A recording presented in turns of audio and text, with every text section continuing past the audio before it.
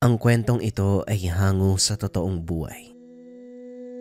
Mula ito sa isa nating kabayan na itago na lang natin sa pangalang Ruben.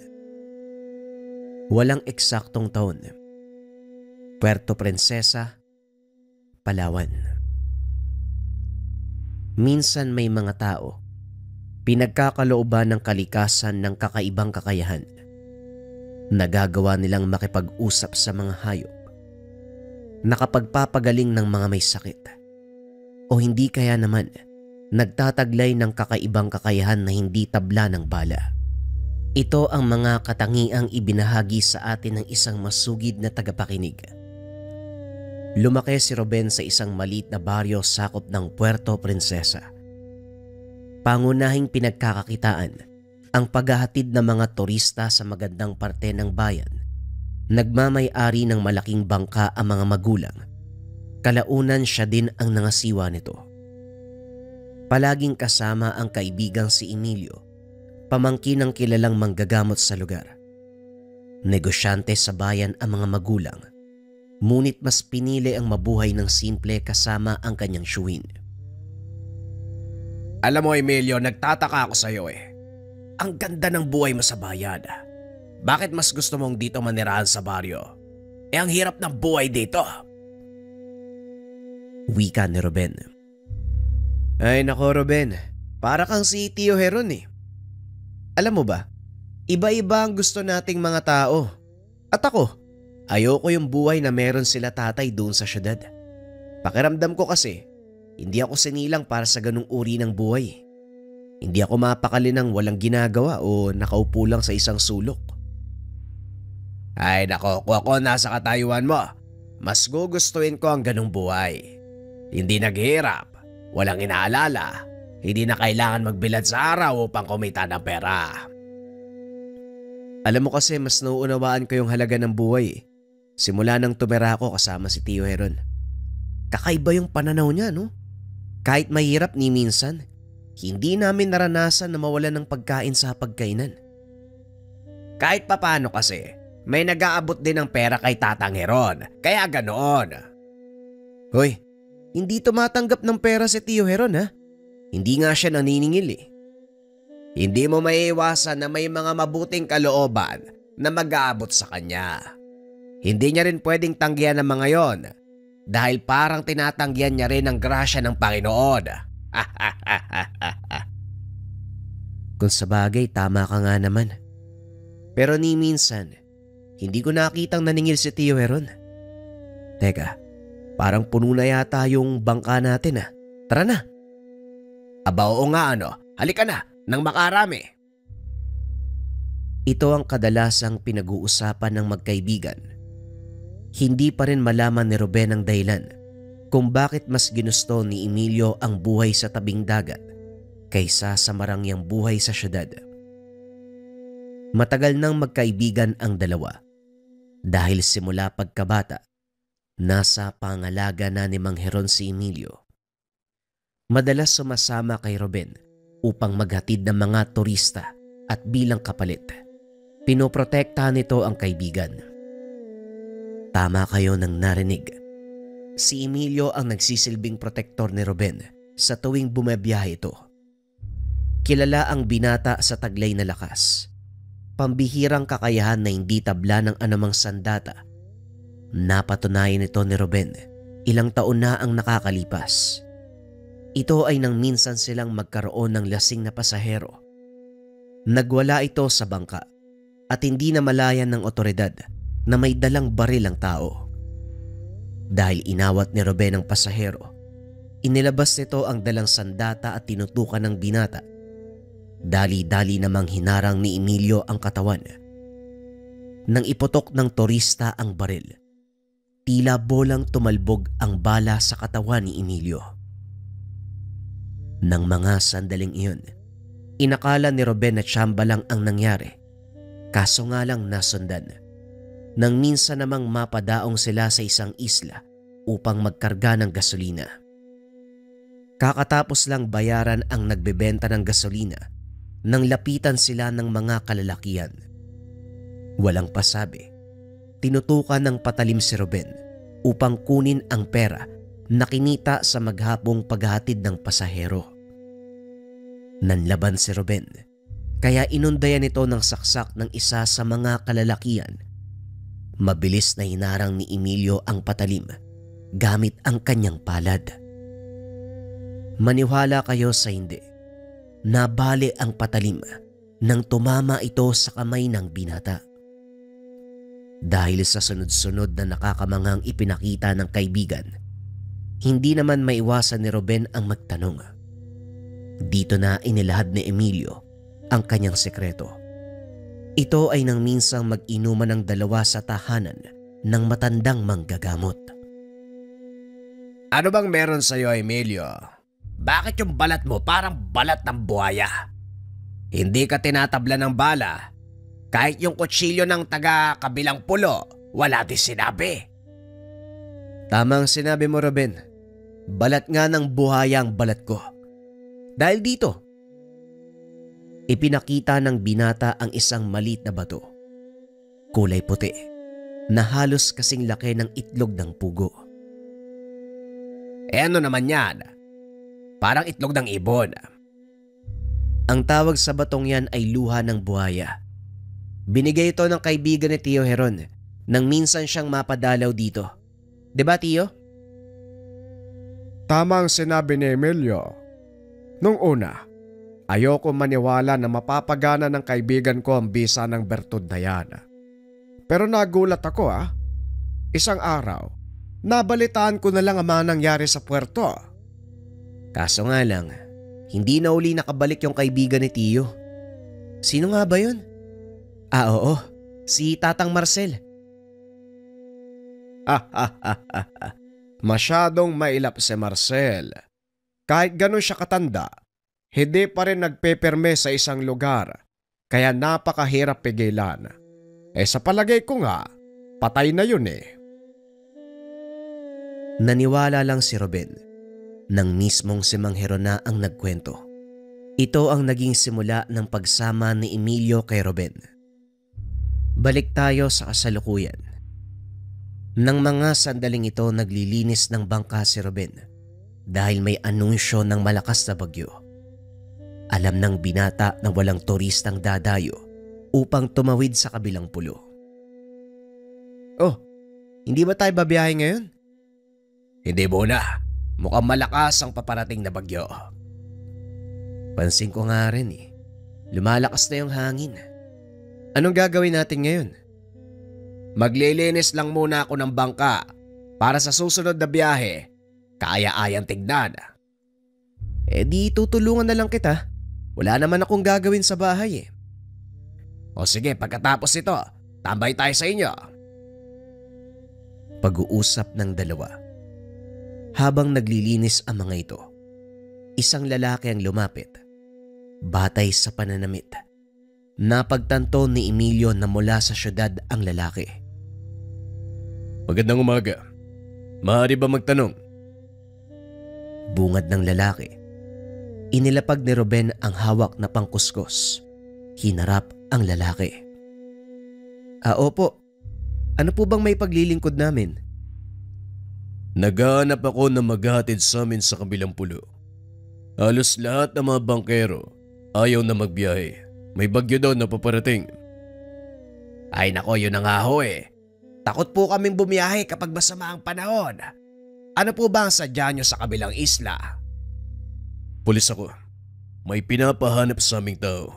May nakapagsabi na nasa kabilang isla nagtatago. Mukhang dumayo pa kayo mula sa syudad Kung hindi nyo po mamasamain, ano po bang kasalanan ng taong hinahanap nyo? Pasensya na, pero hindi ko pwedeng sabihin sa inyo ang dahilan. Matutulungan niyo ba ako? Mag-isa ka lang po ba? Oo, mag-isa lang ako. At handa ako magbayad ng malaking halaga kung sakaling may hahatid niyo ako sa islang yun. Nagkatinginan ang magkaibigan nang malamang mag-isa lang ang pasahero at handa itong magbayad ng malaking halaga. Ano, Amelia? Patusin ba natin? Ikaw ang bahala. Ikaw yung may-ari ng bangka. Sige sir. Ano po ba? Balikan ba kayo? Depende. Kung mahanap ko siya kagad, mabilis tayo makakabalik. Pareho pa rin ang bayad. Pero kung hindi ko kagad mahuhuli, maaaring magtagal tayo ng 1 buong araw. Papayag ba kayo? Ay sige, walang problema sir. Tara na po. Bago pa tayo abutan ng malakas na ulan.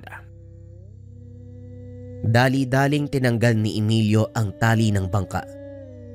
Itinulak palayo sa dalampasigan. Nagtaka ang mga kasamahan na bangkero dahil tinanggap ng dalawa ang alok ng dayuhan. Malaki ang bangka na pagmamay-ari nila Ruben, kaya malakas ang loob nila na sumuong sa malaking alon. Habang naglalakbay, napansin ni Emilio na seryoso ang mukha ng pasahero. Nakatitig lang ito sa isla na tila ba malalim ang iniisip. Tignan mo yung pasahero natin, oh. Parang ang lalim ng iniisip niya. Ano kayang kasalanan ng taong hinahanap niya? Hindi ko rin alam. Ayaw niyang sabihin, di ba? Pero nagtataka ako eh. Bakit siya nag-iisa? Siguro malalaman natin yan mamaya pagdaong natin sa kabilang pulo. Ilang minuto ang nakalipas.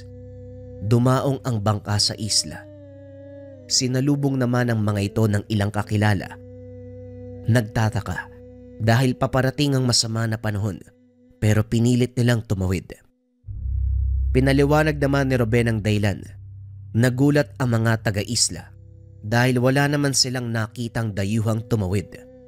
Maliit lang ang isla kaya magkakakilala ang mga taong nakatira doon. Maraming salamat. Magantay lang kayo dito. Naglakad na ang lalaki palayo. Hindi nito namalayan, nahulog ang kanyang pitaka sa bangka. Kaya naman nalaman ng dalawa ang pagkakakilanlan. Hoy, tignan mo. Nahulog ni sir ang pitaka niya. Ay, teka. Matignan nga ako ng pangalan ng taong to. Uy, ikaw wag mong papakialaman yan. Mamaya bumalik yung tao eh. Sabihin ninakawan natin siya eh. Nako, hindi yan. Teka. Ha? Mukhang nagsisinungaling sa atin yung taong yun ah. Bakit, Ruben? Anong nakita mo? Eto, tignan mo. Hindi lang basta pulis ang taong yon. Isa siyang abogado. At sa balagay ko, hindi pang karaniwang kaso ang hawak niya. Mukhang malaking isda ang pakay ng tao dito. Edgar, yan pala ang pangalan niya. Pansin ko din eh. Misteryoso talaga yung taong yun. Siguradong malalaman natin yan mamaya. Sa kalagitnaan ng pag-uusap ay biglang lumakas ang ulan. Kaya sumilong ang dalawa sa kapihan at hindi sinasadyang narinig ng dalawa ang usapan ng mga kalalakihan doon. Tamal, mag-ingat ka.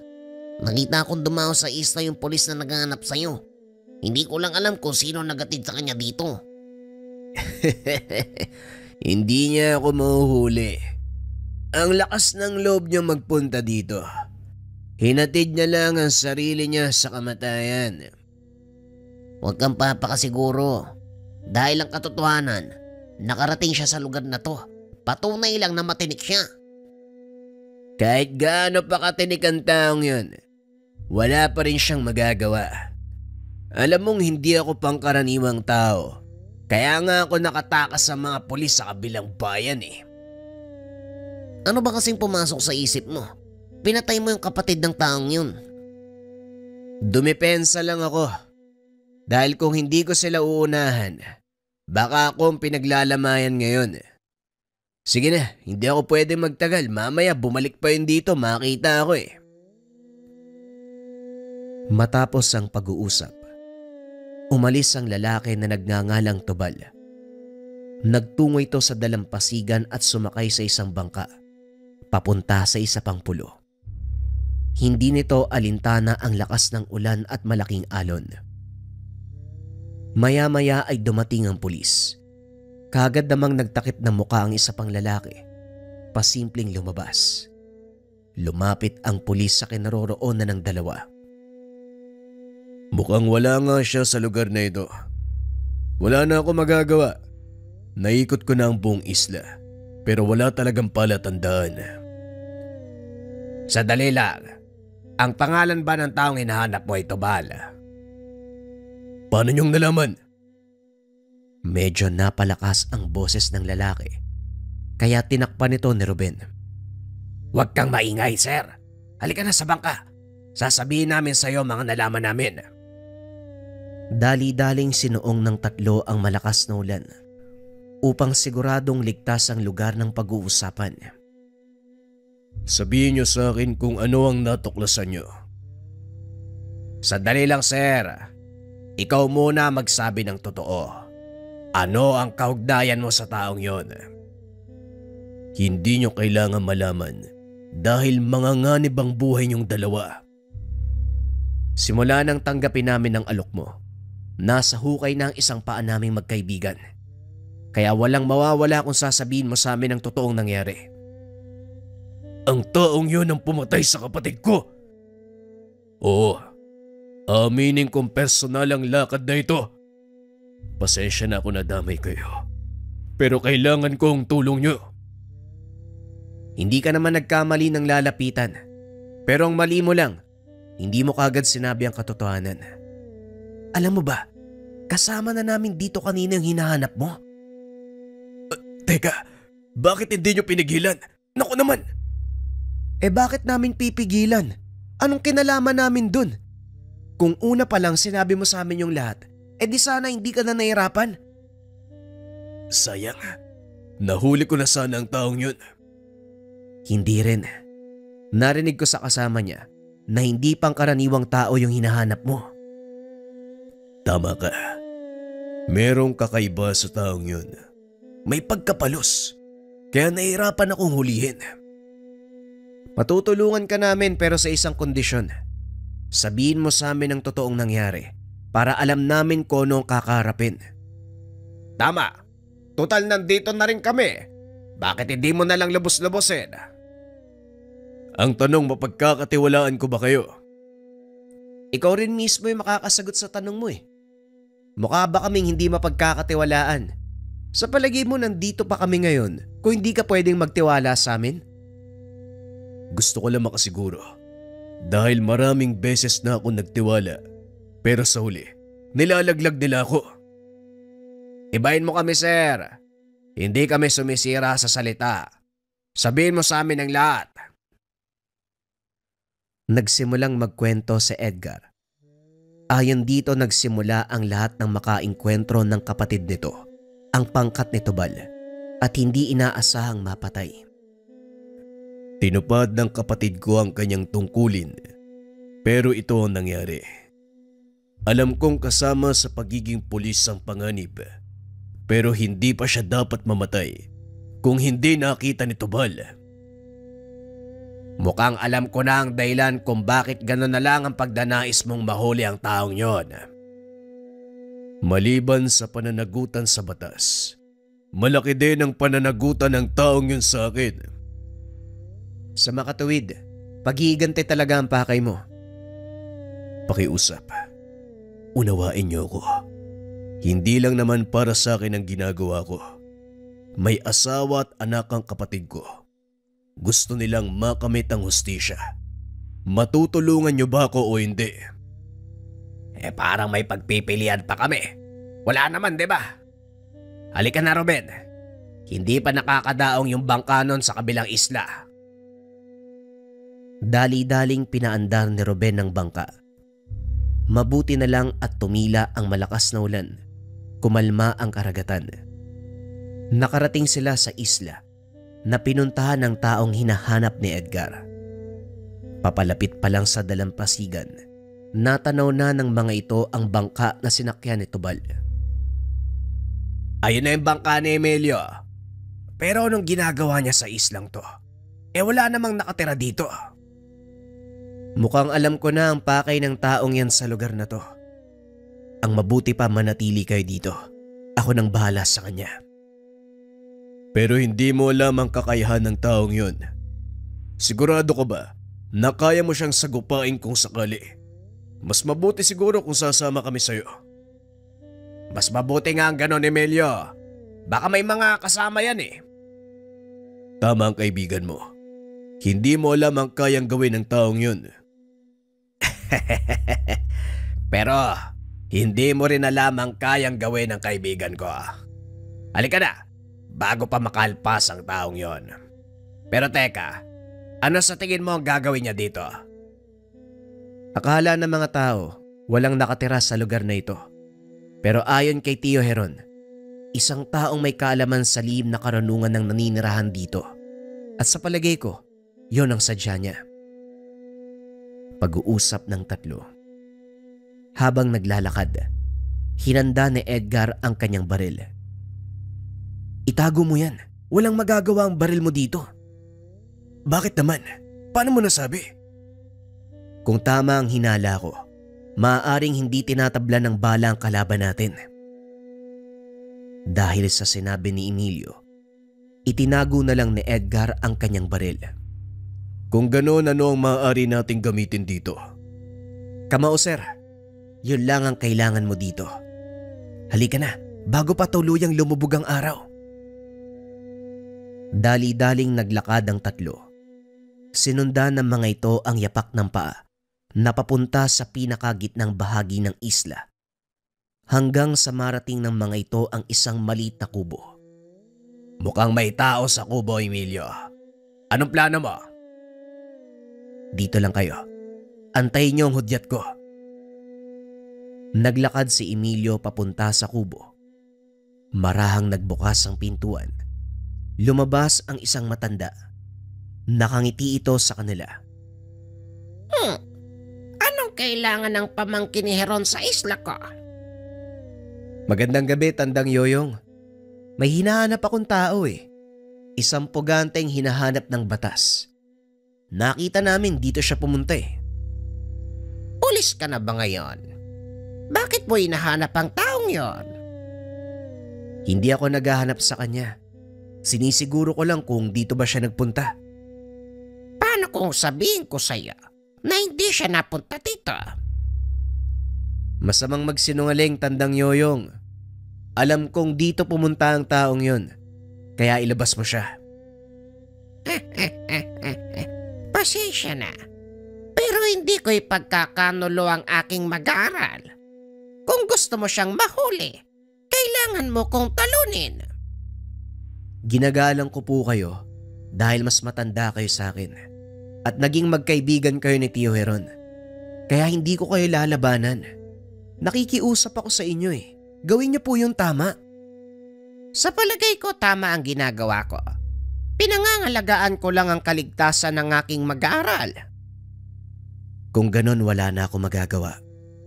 Nakiusap po ako sa inyo pero hindi kayo nakinig. Matapos magsalita ng binata, kagad siyang umalis. Inaya si Ruben na bumalik sa kanilang pulo. Bakit naman tayo babalik? Di ba ang sabi mo nandyan si Tubal? Tama ka, nandyan nga si Tubal. Pero mukhang kakailanganin natin ang tulong ng tiyuhin ko. Huwag ka nang magtanong. Kung gusto mong mahuli ang Tubal na yun, sundin niyo ang sinasabi ko. Halika na, Ruben. Walang nagawa si Edgar kung hindi sumunod kay Emilio. Pagdating sa tahanan ng binata, kinausap nito si Tatang Heron. Anong sinabi mo? May kinalaman si Yoyong. Kailan pa pinagtakpan ng matandang yon ang naging mag-aaral niya? Yun nga din ang tanong ko, Tiyo. Hindi ko alam kung bakit niya pinoprotektahan yung kriminal. Kilala ko si Yoyong. Alam kong hindi niya pagtatakpan ng maling ginagawa ng kanyang mag-aaral. Maliban na lang kung merong matinding dahilan. Siguro nga, may matinding dahilan ng matandang yun. Kailangan ko po ang tulong nyo. Baka sakaling makinig sa inyo si Tandang Yoyong. Hindi ko alam kung anong may tutulong ko. Pero sige, bukas na bukas tatawid tayo sa isla ni Yoyong. Ikaw wag kang mag-alala dahil hindi lalayo ang taong hinahanap mo. Lalo pat pinoprotektahan nito ng isang malakas na antingero. Magpahinga ka muna, Edgar. Alam kong pagod ka din eh. Kinagabihan, upang maging kalmado ang sitwasyon, Nagdala ng maiinom si Ruben. Alam ng binata na marami itong iniisip at kailangang bigyan ng solusyon. Kinabukasan bumuti ang panahon. Kinuha ng pangkatang pagkakataon upang puntahan ang isla ni Tandang Yoyong. Sigurado ba kayo sa gusto niyong gawin? Opo, sigurado po. Kailangang mahuli ang taong yun upang panagutan ang kasalanan niya sa batas. Hindi mo na kailangan magkunwari sa amin. Alam ko ang totoong pakay mo. Normal lang para sa isang kapatid ang magalit. Pero huwag kang magpapadala dito dahil tuluyan kang lalamunin ng poot at hindi ka makakapag-isip ng maayos. Maraming salamat po sa payo. Pati na rin po sa tulong niyo. Hindi ko po mahuhuli ang taong yun kung hindi dahil sa inyo. Lalo na sa pamangkin at sa kaibigan niya. Walang anuman, sir. Sabi nga ni Emilio, kung sinabi mo lang na mas maaga, di sana nagawan ka agad ng paraan. Maganda na kayo. Nandito na tayo. Sumadsad sa dalampasigan ang bangka. Isa-isa silang bumaba. Nauna sa paglalakad ang magtsuwin. Ngunit hindi pa man sila nakakalayo sa dalampasigan, biglang pinahinto ni Mang Heron si Emilio. Sandali lang. Hindi na natin kailangan pumunta sa bahay ni Yoyong. Mukhang sila na mismo ang sumalubong sa atin. Wika ng matanda habang itinuturo ang dalawang kataong naglalakad. Isang matanda, isang lalaki na halos kay dadlang ni Edgar. Anong ginagawa mo dito, Heron? Hindi ba may usapan tayo? Oo, may usapan tayo. Pero hindi nun saklaw ang pagkonsente ko sa masamang gawain. Pinoprotektahan mo ang isang taong nakagawa ng kasalanan sa batas. Hindi ko kailanman maaaring pabayaan ang aking estudyante, lalo pat alam kong maaari siyang mapahamak. Yan din ang dahilan ko sa pagpunta ko dito. Hindi ko maaaring pabayaan ang pamangkin ko. Kung kinakailangan makipaglaban, yon ang gagawin ko. Kung ganon, ano pang inaantay natin? Hindi nagdalawang isip si Tandang Yoyong. Kagad nagbato ng tigalpo. Maging si Ruben at Edgar ay natamaan. Naparalisa ng panandalian ng katawan. Kinuha naman ito balang pagkakataon upang sugurin si Emilio. Malakas sa suntok ang binigay sa binata, kaso nga lang hindi ito tumalab kay Emilio. Nagsasayang ka lang ng lakas, kaibigan. Hindi mo ako mapapatumba na mga ganyang suntok. Alam ko, pero hindi pa ako tapos. Biglang nawala si Tobal sa paningin ni Emilio. Pinakaramdaman ng paligid. Paulit-ulit na umatake si Tobal. Kaso nga lang, nagagawa lang itong sanggain ng binata. Pinag-aralan ni Emilio ang kilos ng kalaban hanggang sa mahuli niya ito. Isang malakas sa suntok ang sinalubong ng binata sa kalaban, dahilan para mamilipit sa sakit. Hanggang dyan lang ba ang kaya mong ibigay? Nasaan ang malapalos mong galawan? Edgar, parang nalin lang ka ng taong to ah. Wika ni Emilio habang hawak-hawak sa damit si Tobal. Tumawa ng malakas si Tandang Yoyong, bagay na ipinagtaka ni Heron. Anong nakakatawa, Yoyong? Masyadong mayabang ang pamangkin mo. Pero hindi niya alam ang buong kakayahan ng mag-aaral ko. Ikaw ba, Gito? Tignan mong mabuti kung ano ang hawak mo. Nagulat si Emilio nang tignan ang hawak dahil naging putol na puno ang katawan ni Tobal at mula sa likod may kung anong tumama sa kanya dahilan para mamilipit sa sakit ang binata. Alam ko ang tangan mong gamit, kaya pinag-aralan ko rin ang pangontra dito. Wika ni Tobal habang ipinapakita ang hawak na buntot ng pagi. Hindi pa rin makatayo si Emilio. Hindi nito akalain na malalaman ni Tobal ang pangontra sa kanyang tangan. Hindi ako nag-aral ng lihim na karunungan upang magpatalo sa isang kagaya mo. Tinanggal ni Emilio ang sinulid na nakatali sa kanyang braso. Sinunog niya ito. Naramdaman ni Mang Heron ang biglang pagtaas ng enerhiya ng pamangkin. Napangiti. Huminto sa pakikipaglaban. Sandali lang, Yoyong. Gusto mo bang makakita ng matinding laban? Anong ibig mong sabihin? Pagbasdan mo ang pamangkin ko, pati na rin ang mag-aaral mo. Dito mo makikita ang labanan ng dalawang malakas sa may tangan. Ay, kung sa bagay, matanda na tayo para mag-aksaya ng lakas sa pakikipaglaban. Manood na lang tayo sa dalawang yan. Naupo ang dalawang matanda. Pinanood ang mga nakababatang antingero. Nasa kalagitnaan ng matinding labanan ng dalawa. Kapwa hindi nagpapatalo hanggang sa mapuruhan ni Emilio si Tubal. Napalood ito at pilit na tumatayo. Ibinaba ni Emilio ang depensa dahil alam niya na walang laban si Tubal. Huwag ka nang lumaban. Wala nang silbi kung pipilitin mo pang lumaban. Hindi ako pwedeng makulong. Gumawa ka ng kasalanan, Tubal. Kailangan mong panagutan yan sa batas ng tao. Hindi ako papayag. Laking gulat ni Emilio nang bigla siyang saksakin ni Tubal. Kaso nga lang hindi ito tumalab.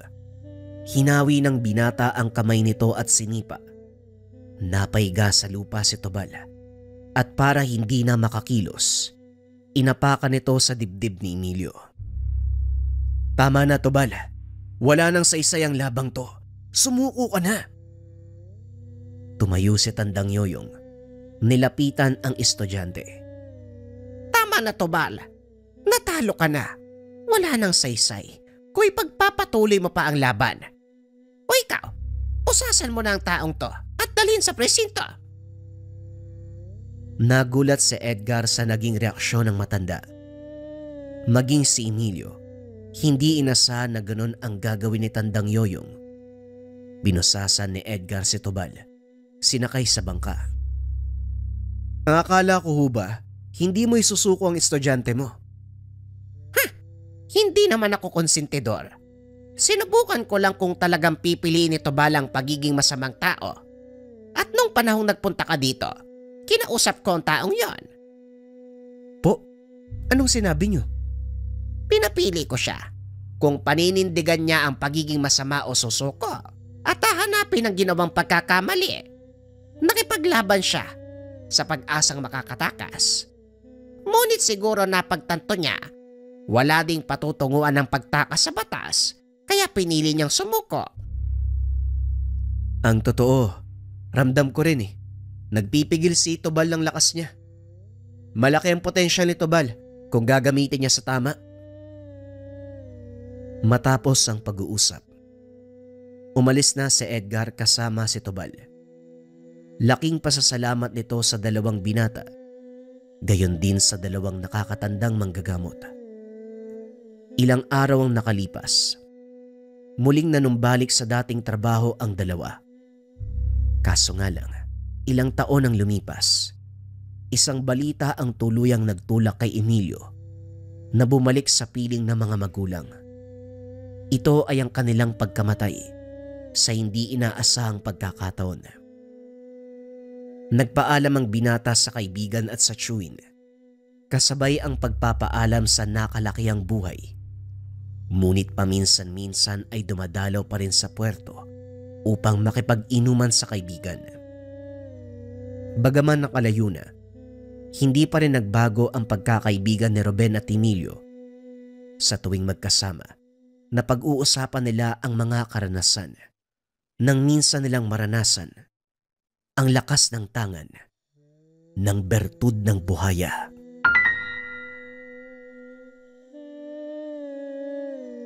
Ang kwentong ito ay hango sa totoong buhay. Mula ito sa isa nating kabayan na itago na lang natin sa pangalang Fred. Walang eksaktong taon, probinsya ng Davao. Hoy pre, parang may nakitang patay dun sa gilid ng daan kanina. Yan na naman yung balita. Alam mo ba yung tungkol doon? Wika ni Martin.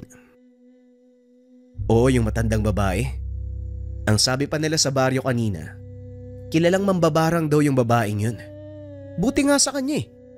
Marami na sigurong pinahirapan yung lintik na yun eh. Tugon ni Elias. Hindi pa naman sigurado kung talagang mambabarang nga siya. May mga kamag-anak na nagpunta para kunin yung bangkay eh. Pero wala ni isa sa kanilang nakausap na mga pulis.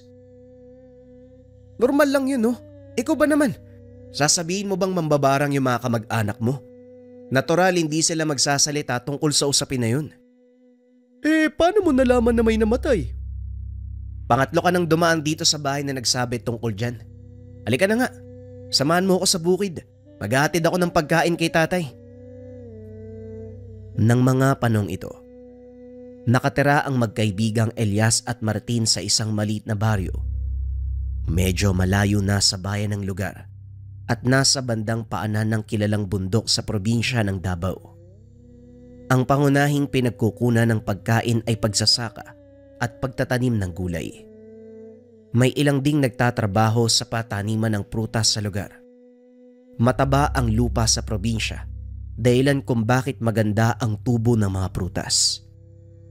May sariling lupang sakahan sina Elias at ito ang pinagkakaabalahan ng mga magulang ng binata. May mga tanim silang singkamas, mais at kung ano pang mga pananim na maaaring ibenta sa merkado. Nakasanayan na ni Elias ang ganitong pamumuhay. Simula bata katuwang na ito ng ama sa pag-aalaga ng kanilang mga pananim.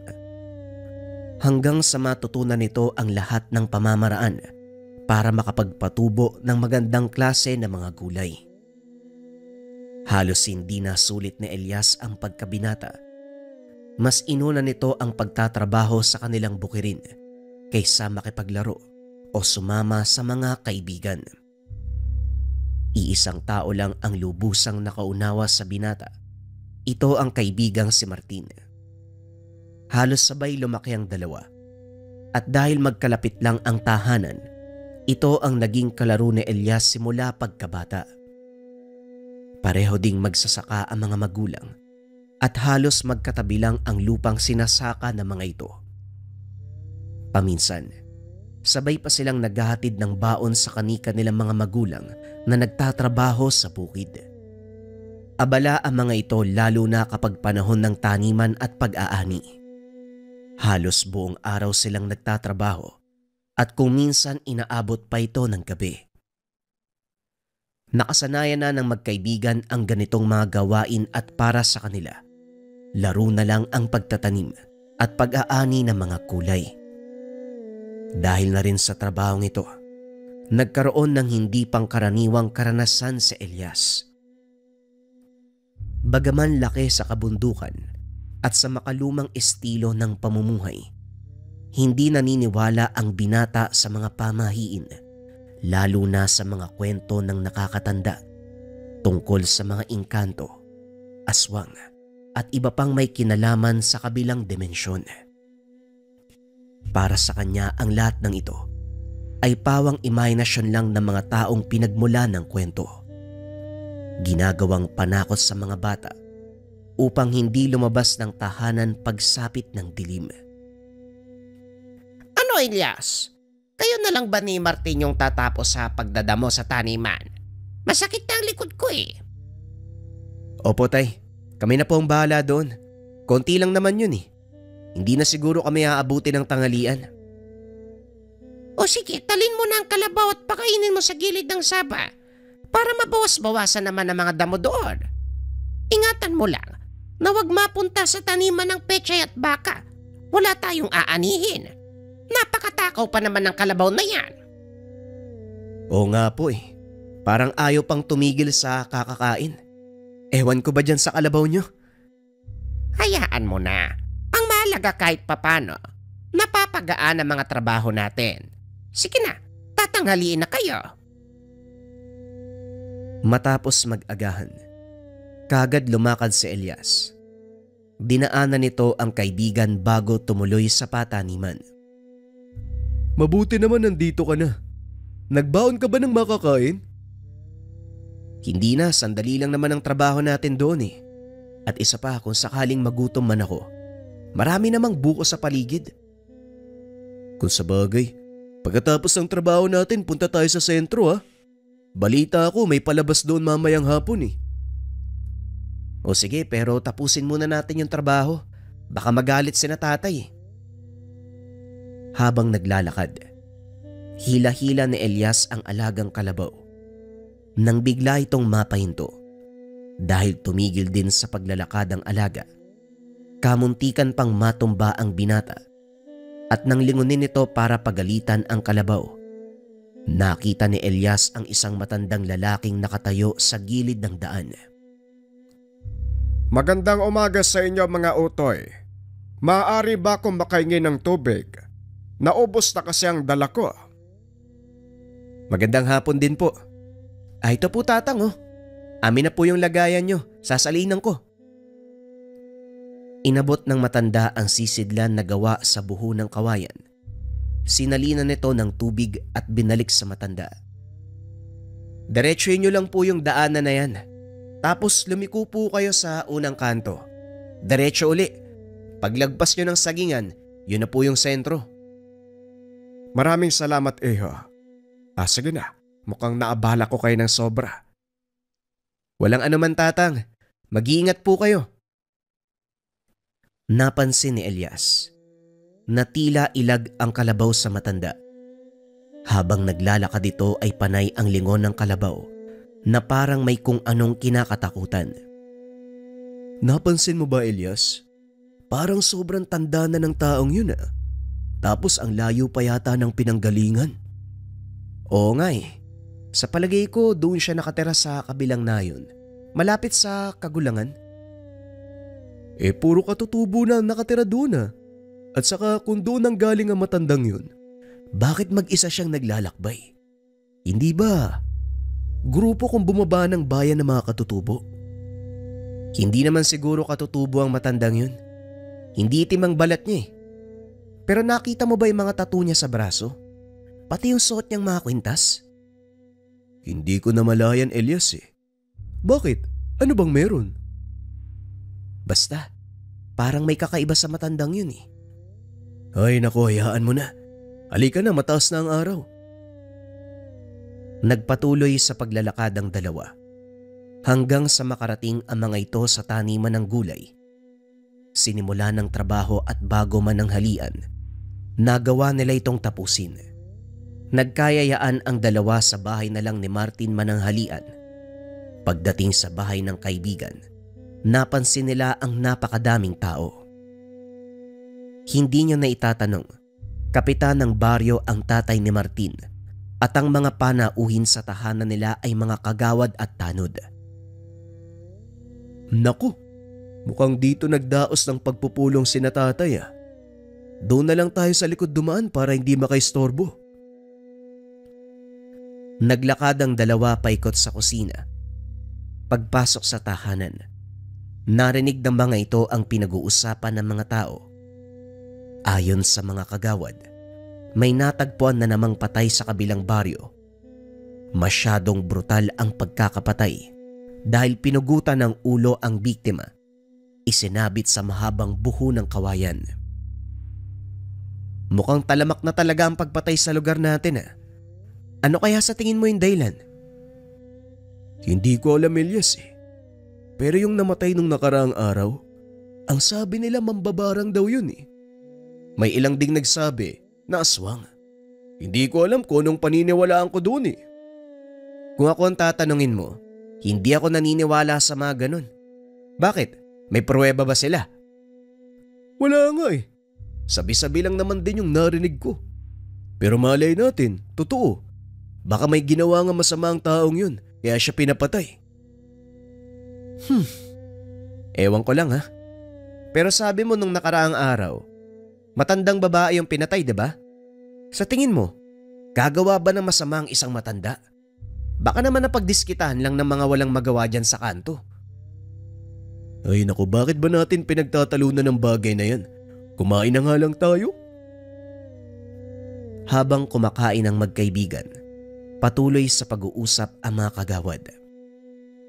Panandaliang pumasok ng tahanan ang tatay ni Martin upang kumuha ng tubig. Oh, Martin! Nandito na rin pala kayo. Kumusta ang taniman? Maayos naman po tay, pero teka, narinig namin may pinatay na naman. Oo kagaya nung nauna. Babae pa rin mula sa kabilang baryo. Usap-usapan na naman na mangkukulam daw ang babaeng yon, kaya sinintensya ng kung sinong berdugo. Napailing na lang si Elias dahil sa palagay nito. Ginagawa ng dahilan ng mga tao ang mga mambabarang at mangkukulam para pumatay. Pasensya na po kapitan pero parang ginagawang dahilan ng mga tao ang mga mambabarang at mangkukulam Parang yun yung nilulusot nila para pumatay ng tao. Yan din ang akala ko. Pero isa sa mga kagawad mula sa kabilang baryo ang nag-imbestiga. Pinuntahan nito ang tahanan ng biktima. May mga nakuwang libreta, mga bungo ng tao, larawang nakasilid sa garapon, at manikang gawa sa dayami. Ang ilan nga, may mga nakatusok pang karayom. Meron po ba talagang mga ganun kapitan? Totoo po ba yan? Mahirap mang paniwalaan, pero may mga tao talagang humihiram ng kapangyarihan sa kadiliman upang makapanakit ng iba. Kung totoo man ang paratang sa babaeng pinatay, aba dapat pasalamatan ng taong gumawa nun sa kanya. Ang problema, walang nakakita kung sino. Matapos sagutin ang tanong ng dalawa, muling bumalik ang kapitan sa pakikipag-usap sa mga kagawad. Tapos nang kumain ang dalawa, ngunit nakalimutan ni Elias na kunin ang alagang kalabaw. Tinamaan ng lintik ko. Nakalimutan kong kunin yung kalabaw. Dito ka muna Martin, babalikan ko lang yung alaga namin. Dali-daling naglakad ang binata pabalik ng taniman upang kunin ang kalabaw. Habang naglalakad ito, nakasalubong niya uli ang matandang nangingi ng tubig. Aba, ikaw na naman. Mukhang napapadalas ang salubong natin Saan ka ba umuwi? Tatang, ikaw po pala. Oo nga no, diyan lang po ako nakatira Kayo po ba? Akala ko pupunta kayo sa sentro. Ang totoo niyan, doon ako galing. Kinakailangan ko lang bumalik dahil may nakaligtaan akong tapusin. O siya, mauna na ako Teka, baka may sigarilyo ka dyan. Ito sakto. Sisindihan ko na sana pero sa inyo na lang ho. Maraming salamat Mag-iingat ka sa pagpunta sa taniman. Sige na, mauna na ako, Otoy. Napakamot ng ulo ang binata dahil alam ng matanda kung saan siya pupunta. Ayos yung matandang yun Kanina tubig, ngayon naman sigarilyo. Pero paano niyang nalaman na sa taniman ako pupunta? Ay nako, paala na nga. Tanong ng binata sa sarili. Patuloy na naglalakad hanggang sa makita ang alagang kalabaw. Kinalas ang tali, hinila pauwi. Habang nasa daan, naramdaman ni Elias na tila bumabagal sa paglalakad ang kalabaw. Nilingon niya ito. Laking gulat ng binata nang makita ang isang matandang babae nakasakay sa likod ng alaga. Halos mapasigaw ang binata dahil nakakatakot ang itsura nito. Gulo ang buhok, maitim ang mga ngipin at naghahabaan ang mga kuko. Ano pong ginagawa niyo sa likod ng kalabaw ko? At saka, paano po kayo napunta dyan? Hindi naman siguro masama kung sasakay ako sa likod ng alaga mo. Nakakapagod maglakad. Kanina pa ako tago ng tago sa matandang si Teroso. Sa isip ni Elias, baliwang matanda, kaya kung ano-ano ang sinasabi. Ganun ho ba? Wala akong problema, pero saan po ba kayo pupunta?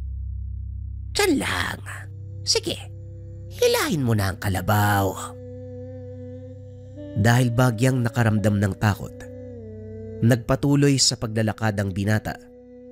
Hindi ito lumilingon kahit naririnig na panay ang hagikgik ng matanda na parang may kung anong pinagtatawanan. Nairita si Elias kaya hinawakan nito ang itak na nakasugbit sa kanyang tagiliran. Binunot, tinutok sa matanda. Kaso nga lang nang lumingon si Elias ay wala na ito sa likod ng kalabaw. Tinamaan ng patis. Saan kaya nagpunta yun? Putik, kinikilabutan ako ah. Dali-daling sumampa sa likod ng kalabawang binata. Hinataw ito ng maigi. Mabilis na kumaripas ng takbo ang kalabaw. Habang si Elias naman, panay ang lingon sa likuran. Ngunit biglang napahinto ang kalabaw dahilan para mahulog ang binata. Nang tignan niya kung ano ang dahilan, nakita nito ang matandang babae. Mukhang magagamit kita. Tumayo ka, bata. Sundin mo ang lahat ng sasabihin ko kung ayaw mong matulad sa alaga mo. Wika ng matanda habang tinuturo ang kalabaw. Nanlaki ang mga mata ni Elias nang makitang pinagpipiesta na ng uod ang buhay na katawan ng alaga. Anong ginawa mo sa kalabaw ko? Walang yaka, matanda ka. Anong klase ka? Hindi mo na kailangang malaman. Ngayon, kung ayaw mong pagpiestahan ng mga alaga kong insekto, sundin mo ang sasabihin ko. Ito, kunin mo ang bato. Lunukin mo. Bakit ko lulunukin? Anong meron dyan? Huwag ka nang magtanong. Lunukin mo ang bato. Dali-daling kinuha ni Elias ang bato. Inilapit sa kanyang bibig. Naalala ng binata na may hawak siyang itak. Kaya salip na lunukin ng bato, tinapon niya ito at tinaga sa muka ang matanda. Napasigaw ito. Nagpagulong-gulong sa lupa. Kinuha naman ni Elias ang pagkakataon para tumakbo. Hila-hila pa rin ang kalabaw at nang makarating sa tahanan nila Martin, nagulat ang mga kagawad. Natumba ang mga imbakan ng tubig nang madaanan nito ng kalabaw. Elias, ano ba ginagawa mo? Bakit mo naman pinakaripas ng takbo yung kalabaw? Alam mo namang may mga bisita ako eh. Puro ka talaga kalokohan. Ano po kasi? May matanda, pinakain niya ng Ayusin mo ang pagsasalita. Na paano ka bang bata ka? Hindi makapagsalita ng maayos sa Elias ng mga sandaling iyon. Lalo na nang makita, wala nang uod sa katawan ng kalabaw. Teka, anong nangyari? Bakit nawala yung mga uod? Ano bang uod yung sinasabi mong bata ka? Nakainom ka ba? Hindi po. Totoo po yung sinasabi ko eh. May nakasalubong ako matanda kanina. Tapos meron po siyang pinapalunok sa akin. Tinakot pa nga ako eh. Naku, hindi ko lulunukin. Ipapakain niya ako sa mga alaga niyang insekto. Ay nako. Mga kabataan nga naman. Martin, bigyan mo nga ng kape yung kaibigan mo ng may masmasan. Dali-daling lumabas ng bahay si Martin. Inabot kay Elias ang tasa ng mainit na kape. Ano ba kasing nangyari, Elias? Bakit ka ba natataranta? Sa palagay ko, nakita ko na yung sinasabi mong mambabarang o mangkukulam eh. O baka aswang eh. Basta nakakatakot yung itsura niya. Nataga ko pa nga yung mukha eh. Nataga mo sa mukha? Anong ginamit mo? Yang talbos ng tubo? Ay nako Elias, iwas-iwasan mo yung bisyo ha. kung ano-ano nakikita mo eh. Nagulat si Elias nang tignan ang hawak. Alam nito sa sarili na may dala siyang itak. Kaso nga lang ang ipinagtataka, paanong naging talbos ng tubo ang hawak na sandata? Teka, paano nangyari yun? Hindi ako nagdadamo, Martin. Alam mo yan. Totoo ang sinasabi ko. Hindi ko alam kung anong nakita ko. Pero sigurado ako, hindi pangkaraniwang tao ang isang yun. Elias, seryoso ko ba sa sinasabi mo? Seryoso nga ako. Pero hindi ko alam kung ano talaga ang nangyari. Alam ko totoo ang lahat ng yun eh. Naamoy ko pa nga yung mabahong hininga ng matanda. Pag-uusap ng magkaibigan. Hindi na natuloy ang plano ng mga ito na magpunta sa sentro dahil sa nangyari kay Elias. Minabuti nilang manatili sa tahanan ng kaibigan sa takot na baka maulit ang nangyari at mataranta na naman si Elias. Kinagabihan habang pauwi ng bahay, naramdaman ng binata na bumibigat ang kanyang ulo. Unti-unti ring umiinit ang kanyang katawan. Saktong nakaapak ang paa nito sa atangan ng bahay. Akmang aakyat nang biglang makaramdam ng panghihina. Nahulog sa hagdan si Elias, dahilan para makuha ang atensyon ng ama. Elias, anak, ano bang nangyayari sa'yo? Bakit inaapoy ka ng lagnat? Hindi makapagsalita ang binata. Nanginginig ang buong katawan habang namimilipit sa sakit ng tiyan. Inalalayan ni Mang Aurelio si Elias. Inhiga sa mahabang upuan sa sala. Maya-maya ay napasigaw ito habang sinasapo ang dibdib. Dali-daling tinignan ng matanda ang katawan.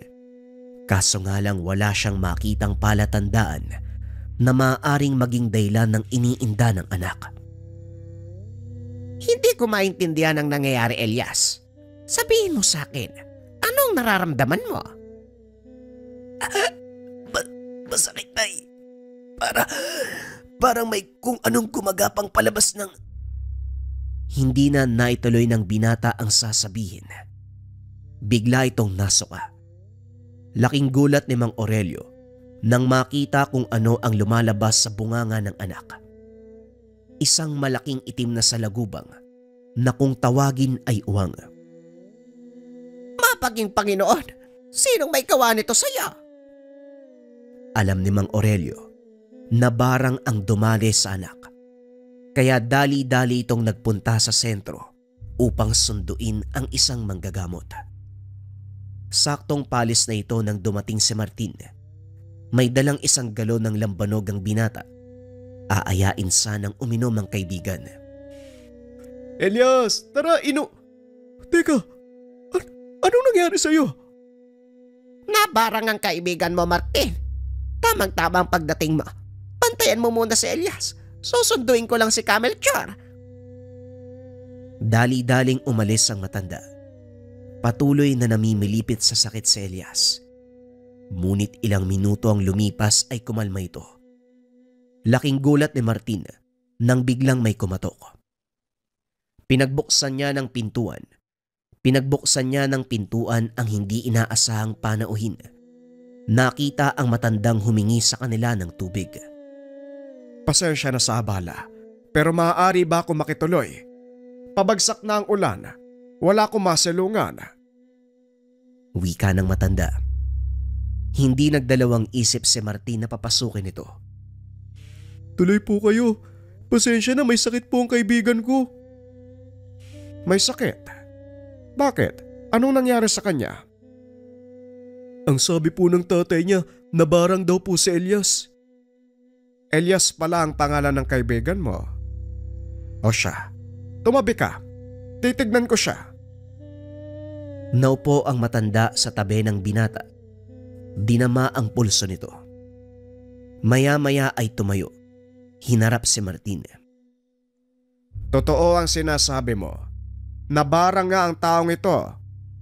Maganda ka ng mainit na tubig. Lagyan mo ng isang dakot na asin. kumuha ka din ng ilang peraso ng tanglad. Wika ni Tesoro.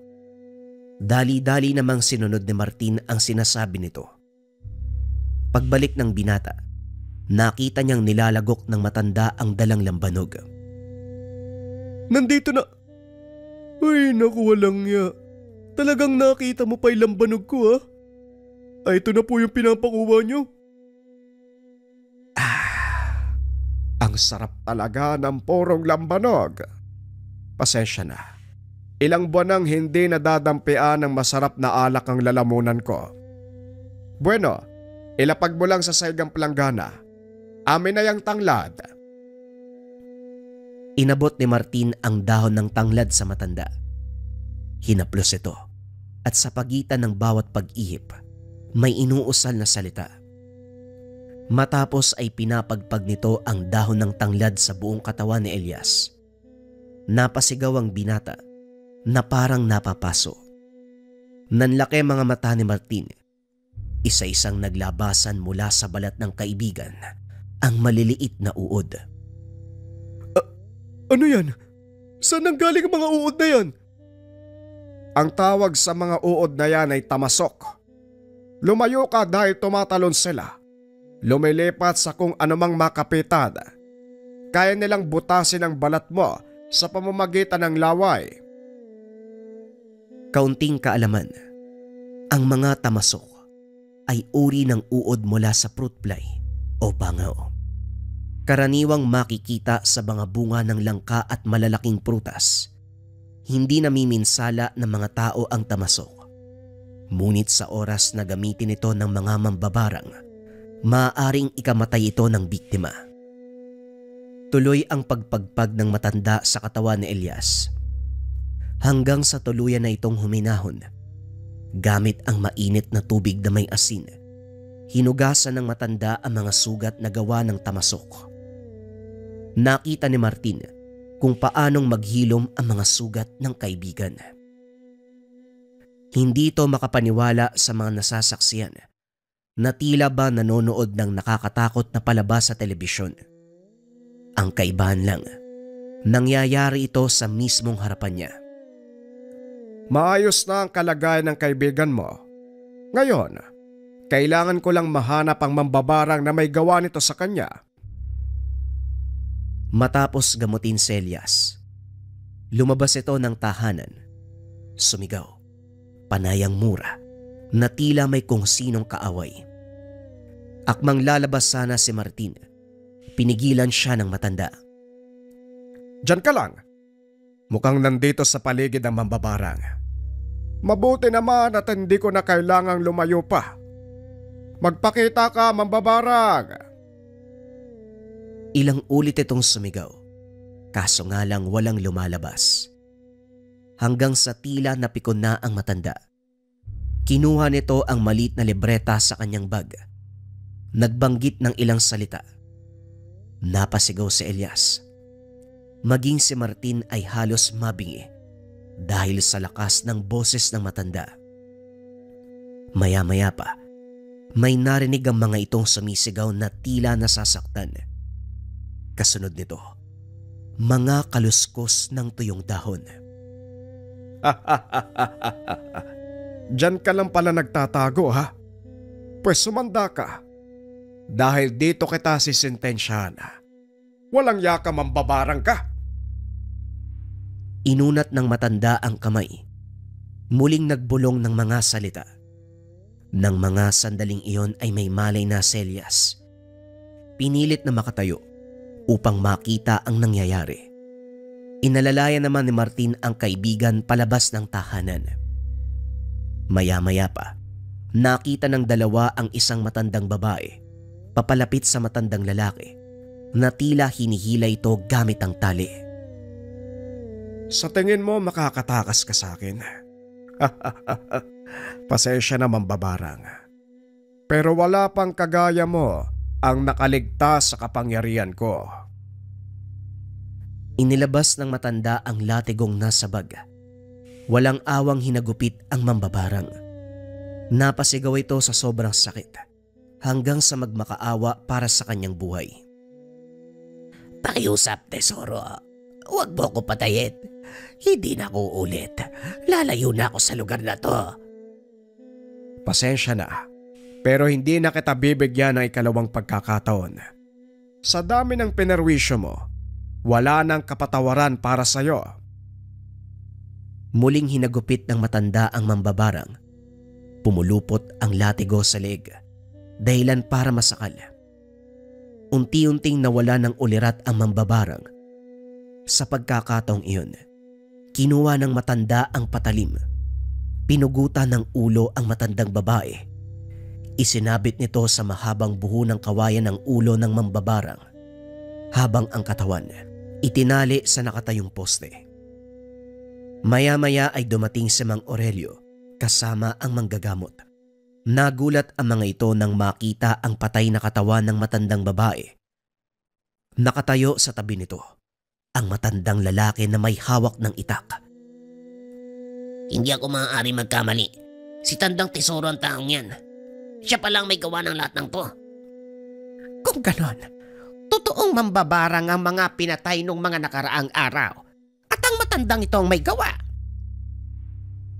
Hindi na nagsalita si Mang Tesoro. Matapos patayin ng mambabarang ay umalis na. Hindi na nagawang habulin dahil nawala sa dilim. Lumaganap sa bayan ng pangyayari. Simula noon nawala ang pangamba ng mga tao dahil alam nila si Mang Tesoro ang may gawa nito. Dito lang napagtanto ni Elias. Kilalang mamamatay mambabarang at aswang ang matandang minsan niyang tinulungan. Malaki ang pagpapasalamat ng binata. Binigyan siya ng ikalawang pagkakataon para mabuhay at makilala at makasama ang isang ermitanyo na pumapatay ng mambabarang.